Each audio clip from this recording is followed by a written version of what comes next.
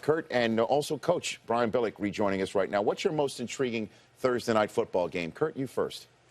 I tell you what, I'm not sure there's just one, Rich. I think this might be the best Thursday night slate we've got from start to finish. I mean, starting with the Super Bowl rematch. But I tell you what I love is that they've got some great matchups down the stretch that I believe have huge playoff and division implications. You start with Thanksgiving, and you got Indy and Pittsburgh. Then you got Dallas against Minnesota. You got Oakland and Kansas City, the L.A. Rams versus Seahawks, and then you finish with the Giants and the Eagles. And I love that part of it is that, there's going to be some different scheduling there, some short weeks, but those games are going to have huge implications, which sometimes is tough to do when you know that each of the 32 teams has to play a Thursday night game. And the Kansas City Chiefs said that they would take a Christmas game. They wanted the night game. They're getting it at home against in Arrowhead against the Denver Broncos. Broncos and Chiefs.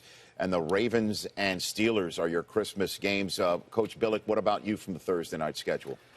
Well, as you run down that schedule, you can see, as typical, most all divisional games within the Thursday night, which kind of keeps some equity to it. But one that wasn't that interests me, and you've already talked about the tough slate for Miami to start out the season with Seattle and New England, and then get a home game against Cleveland. Then on a short week, have to go to Cincinnati.